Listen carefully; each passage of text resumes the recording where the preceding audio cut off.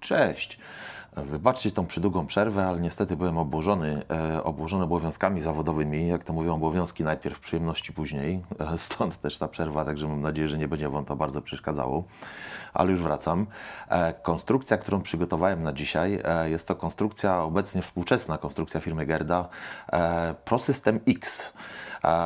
Jest to dość ciekawy model, ponieważ jest to, można powiedzieć, kontynuacja serii, która się nazywa ProSystem. Mam ją nawet tutaj obok, nawet ją do zademonstrowania, tylko że z tą różnicą, że ta jest z gałką, oczywiście, a ta bez. Obydwie, jak widzicie, posiadają hologramy, bo ten ProSystem ogólnie, ProSystem wychodzi w ogóle w ten sposób. Ale jakie mamy różnice? Przede wszystkim, jeżeli chodzi o nasze otwory. Otwory, jak widzicie, są identyczne. Troszeczkę inaczej wygląda szata graficzna tutaj w tym momencie, jeżeli chodzi o te przetłoczenia, ale otwory są identyczne.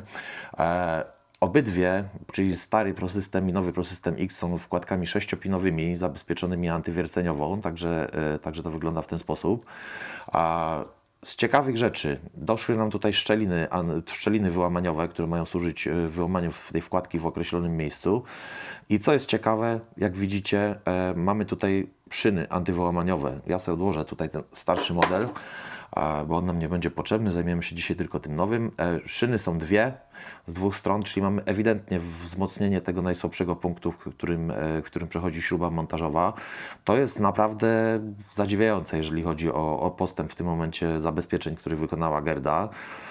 Pomimo ostatnich filmów dość krytycznych, muszę przyznać, że tutaj akurat jeżeli chodzi o zabezpieczenia typowo mechaniczne, związane po prostu z udarową techniką włamania, zostały tutaj zastosowane, także tutaj to jest naprawdę jak najbardziej ok. Jak widzicie, szyny wyłamaniowe są tutaj, nacięcia wyłamaniowe, frezy wyłamaniowe są z dwóch stron, także jest tutaj to dobrym oczywiście jak najbardziej sygnałem. Ja ją sobie wsadzę tutaj w uchwyt, będzie zdecydowanie łatwiej ją omawiać. Jak wkładeczka do nas przychodzi, jak ten cylinderek do nas przychodzi? Przychodzi oczywiście w pudełku. Tutaj macie pudełko, według którego to jest najwyższa klasa oczywiście zabezpieczeń, którą oni tutaj w tym momencie serwują. Oczywiście na opakowaniu mamy tutaj wszystkie normy z informacją, że jest to wkładka antywłamaniowa. To pudełko, jeżeli sobie możemy odłożyć. Karta kodowa, tutaj karta kodowa, jak widzicie, no jest standardowa tutaj w wydaniu Gerdy. Tutaj ten hologram koresponduje dokładnie z tym hologramem, który się znajduje na naszym housingu. Jeżeli chodzi o klucz, który miałem gdzieś tutaj, klucz wygląda dokładnie identycznie, tak jak wyglądały klucze z poprzedniej serii, czyli już po samym kluczu widać, że mamy tutaj do czynienia z wkładką 6-pinową, mamy tutaj 6 pinów, plus 3 piny kontrolne, które działają dokładnie w opozycji do pinów głównych. Przychodzi oczywiście z 5 kluczami, tak jak poprzedni model. Kluczy jest tutaj 5, jak widzicie, także tutaj akurat nie nastąpiła żadna zmiana. Jeżeli chodzi o jej działanie, działa ona jak najbardziej precyzyjnie, nawet bym powiedział, że bardzo dobrze, jeżeli chodzi w tym momencie o samą funkcjonalność mechaniczną. No, klucz sobie możemy odłożyć, bo on się nam właściwie nie przyda. Tak jak widzicie, ta wkładeczka wygląda w ten sposób, prezentuje się całkiem można powiedzieć przyzwoicie, jeżeli chodzi o te nowe zmiany. Jeżeli chodzi o porównanie tutaj z poprzednim modelem, na pewno jest to na IN+. No, nie przedłużając, przejdźmy sobie do narzędzi, którym się będziemy dzisiaj posiłkować. Oczywiście próbując walczyć tę konstrukcję. Napinacz od Multipika, klasyczny do dimple locków, grubość 1,2.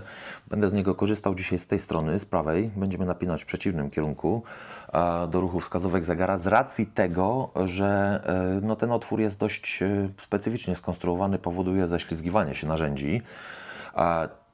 Flaga również od Multipika, nie wiem, czy to będzie widać, seria Elite czy Pro. O, może chyba się będzie odbijało. Z racji tego, że ta flaga jest według mnie tutaj najlepszym rozwiązaniem, no spróbujmy sobie napiąć tą konstrukcję. Napięcie, powiedziałbym tak średnie, z racji tego, że Multipiki, dimple locki wymagają napięcia dość mocnego. Sprawdzam pin numer 1, nic, pin numer 2, nic, pin numer 3, o, teraz pin numer 3 by coś powiedział. Delikatne kliknięcie, było słychać z delikatnym ruchem rdzenia. Pin numer 4, delikatny klik. Pin numer 5, delikatny klik z ruchem rdzenia. Pin numer 6,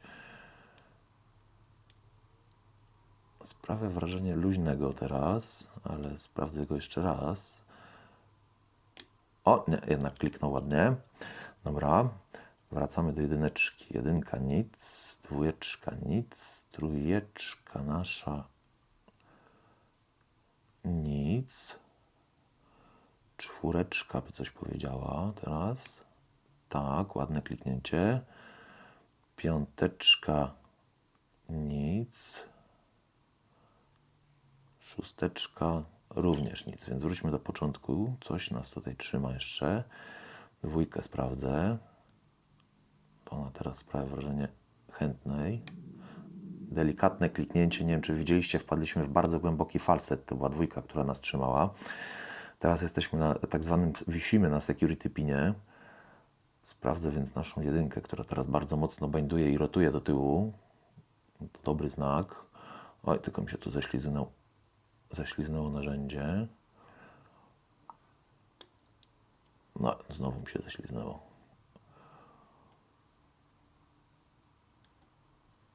Dobra, jeszcze raz ją sprawdzę. Rotuje ładnie do tyłu.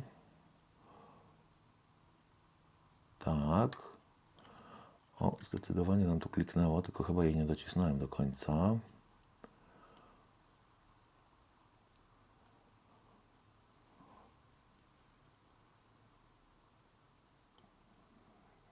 Już ją sprawdzam. O, zdecydowanie to była nasza jedynka. Tak, moi drodzy, wyglądało otwarcie tej konstrukcji. A jak widzieliście, no jest trochę zabawy. Tutaj Gerda się akurat, można powiedzieć, popisała przed nami, przed milionami słuchaczy, jak to ktoś kiedyś powiedział. Obrót robimy pełny, no prawie pełny zrobię, bo chciałem kopytko wsadzić. Także narzędzie sobie tutaj na razie, to na razie niech się zablokuje nawet. Spróbujemy sobie przede wszystkim ściągnąć naszego steel clipa, który, idąc oczywiście w tej chwili za Gerdą, jak widzicie, jest dość potężnym steel clipem, ale ja sobie tutaj spróbuję przyciągnąć ciężką kawalerię, czyli nasz ściągacz do segerów. Zobaczmy, jak to się będzie tutaj prezentowało. Nie chciałbym wyjechać za mocno z kadru.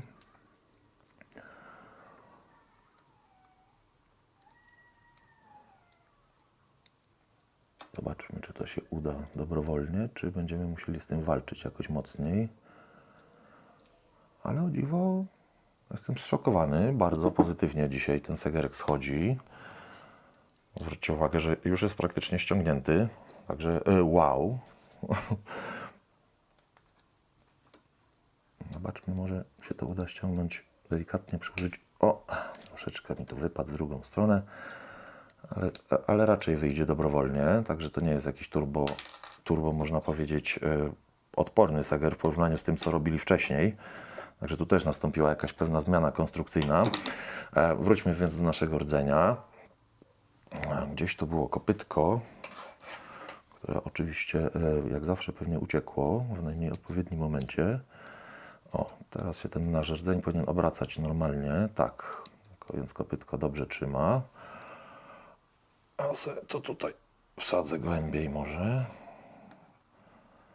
O, może nawet tak go wsadzimy, żeby się nam tutaj nie obracał. Dobra. Także przejdźmy sobie tutaj do wyciągnięcia naszego rdzenia. Zobaczmy, czy uda się to zrobić jakąś flagą, bezinwazyjnie w miarę. Tutaj oczywiście piny się mogą posypać z dwóch stron. O, z racji tego, że mamy tak zwane control piny również. Już widać zabezpieczenia antywierceniowe. Tutaj nie za bardzo jest za co tu złapać. O, dobra, udało się. Wypadło nam już jedno zabezpieczenie dodatkowe antywierceniowe, co jest już na pewno dobrym znakiem.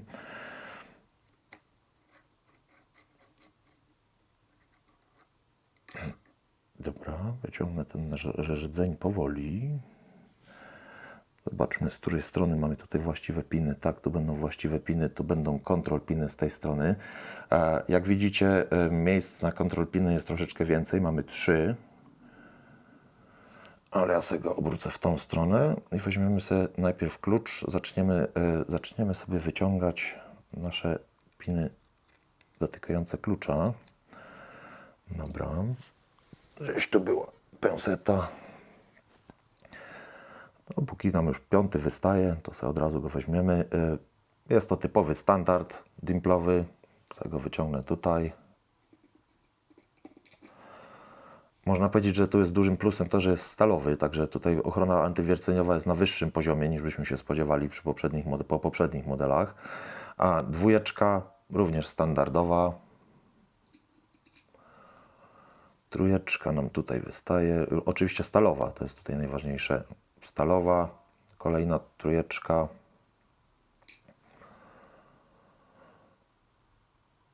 4 teraz będzie najłatwiej chyba złapać z tego wszystkiego. Tak, 4 również standardowa, stalowa, to jest bardzo dobrym rozwiązaniem, jeżeli chodzi, tak jak rozmawialiśmy wcześniej o antywierceniach. No nie wiem, czy ta 1 się nam tutaj dobrowolnie, postaram się ją wywalić tutaj na tacę. Dobra. 1 również standard antywierceniowy, więc została jeszcze 6. Również na tackę będzie najłatwiej. 6 również standard stalowa antywierceniówka. Więc przejdźmy sobie tutaj do naszych kontrol pinów. Zobaczmy, może się uda dobrowolnie to wyciągnąć, bo one nie lubią wypadać tak sobie. Z reguły się lepiej trzymają. Również jest w tym momencie, mamy do czynienia tutaj z pinem stalowym. To jest jeszcze 1, to sobie ją ustawimy jako 1 od spodu. Tutaj jako 3, 2, 3, 4. W miejscu 2 nie mamy niestety możliwości umieszczenia pinu, ponieważ mamy frez tutaj wyłamaniowy. Dobra, wypadła sobie ta nasza 3. Dobra, tak ona wygląda. Również jest to antywierceniówka w tym momencie stalowa. Wyciągniemy nasz ostatni element. Tak, to jest 4. Również stalowa, antywierceniowa. Jeszcze nam tutaj wypadł 1 element, to zauważyłem. Jest to wkładka antywierceniowa. Karbidowa prawdopodobnie. To sobie ją tutaj umieszczę z boku. Ona już Wam pokazuje, była umiejscowiona dokładnie w tym miejscu, tuż przed światłem naszego QA. I jeżeli chodzi o elementy antywierceniowe, to co mówiłem Wam, że nam wypadło wcześniej, jest to tego typu wkładka antywierceniówka, która była umiejscowiona tutaj w jednym z tych, w tym miejscu, w tym pierwszym frezie, jeżeli chodzi o nasze tutaj zabezpieczenie antywierceniowe. Pierwszym z prawej oczywiście. To sobie ją odłożymy. No sama można powiedzieć, sama wkładka tutaj, sam rdzeń nie zawiera żadnych podcięć poza standardową półeczką, nie wiem czy to będzie widać, na której się wieszają typowo piny tutaj w dimple lockach. One mają wszystkie tego typu frezowanie. Jak widzicie, mamy tutaj frezowanka służące do wyłamania w kontrolowanym miejscu, to jest pomiędzy 2 a 3 pinem. Także praktycznie 3 piny nam zostają w tym momencie jeszcze pełni funkcjonalne po ewentualnym wyłamaniu tej wkładki. A tutaj zobaczmy, to jak zawsze nam to oczywiście wypadło. Tylko który to był pin teraz z kolei? Dobra. No tu jak zawsze już przyzwyczajeni jesteście, że jest bajzel, także ja sobie to pozwolę wyciągnąć delikatnie. Standardowe. To muszę przyznać, że mamy do czynienia z barrelsem. Jestem bardzo zszokowany. To jest bodajże 2 nasza. Także tutaj w tym wypadku jest to całkiem spoko. Gerda idzie naprawdę na plus pewien do przodu. 1 sobie wyciągnę. Jest to jak najbardziej z puls. Bardzo fajny, głęboki. Nie wiem, czy go zobaczycie. Także tutaj muszę przyznać, że wow. Naprawdę Gerda stawia tutaj na lepsze rozwiązania. Kolejny również z puls. Również głęboki. To będzie 3. Tym razem to jest mosiężne, bo ogólnie zauważyłem, że nasze beczułki są w ich wydaniu przepraszam, to będzie 4, że beczułki w ich wydaniu są wykonane ze stali, a jeżeli chodzi o spulsy, spulsiki są wykonane z mosiądzu. Także to tak wygląda. To sobie tą 4 i 5 przełożymy tutaj. Zostały nam jeszcze 2 piny. 6 mi już klasycznie oczywiście wypadła. No, 6 jest oczywiście kolejnym barrelsem stalowym, bardzo ładnie. To na przykład muszę przyznać, że tutaj w tym wypadku Gerda idzie no, zdecydowanie do przodu z duchem czasu. Ja sobie tutaj to kopytko już wyciągnę, bo ono się nam nie przyda.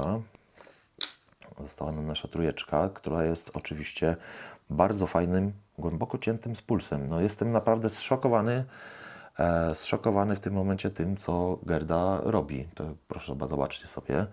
Tutaj jest to naprawdę na plus, idzie ta wkładka. Sobie wyciągnijmy jeszcze sprężyny. No, w środku nie zobaczycie nic ciekawego, tam widać sprzęgiełko. To jest, można powiedzieć, klasyczne tutaj rozwiązanko. Ja sobie wyciągnę, bo ono nam się w tej chwili nie przyda. A tutaj do góry możemy nawet położyć. Już widzę, że w pierwszej komorze, oprócz sprężyny, nie wiem czy zobaczycie, widać kuleczkę. Tutaj ona nam wystaje. Ta kuleczka jest położona na sprężynie. Jest to dodatkowe zabezpieczenie antywierceniowe, także jest tutaj to fajne. Ja sobie pozwolę wywalić. O, już nawet mogę Wam powiedzieć, że 2 pierwsze komory posiadały takie kuleczki, bo kuleczki wypadły 2. Zaraz je sobie tutaj umiejscowimy. O, kuleczki to akurat za chwilę zrobimy, bo to muszę mieć inną pensetę do tego. A sprężynki już Wam wyciągam wszystkie. One mają prawdopodobnie takie same długości. Tak, tutaj to akurat nie ma różnicy. Ja sobie jednak wezmę tą inną pensetę troszeczkę, bo będzie nią łatwiej łapać okrągłe elementy i obłe. O, już to układamy i Wam zaraz pokażę tą podsumę.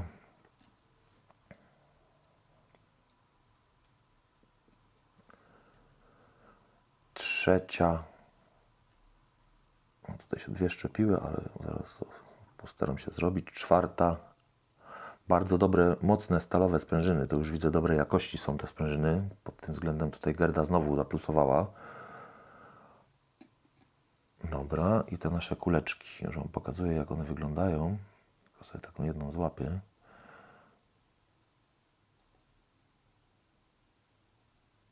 Dobra. To są kuleczki takiej wielkości. One są umiejscowione w pierwszych 2 komorach i służą do tego, żeby były dodatkowo zabezpieczeniem antywierceniowym.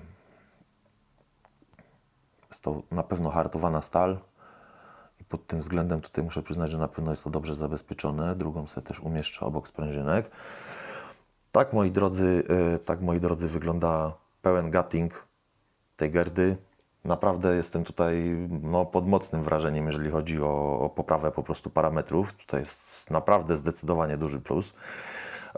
Jeżeli chodzi o mnie, to wszystko. Za chwileczkę zobaczycie to podsumowanie na dokładniejszej fotografii. Oczywiście trzymajcie się. Jeżeli uważacie, że ten film się Wam podobał, zostawcie łapkę w górę, subskrybujcie i do następnego. Hej!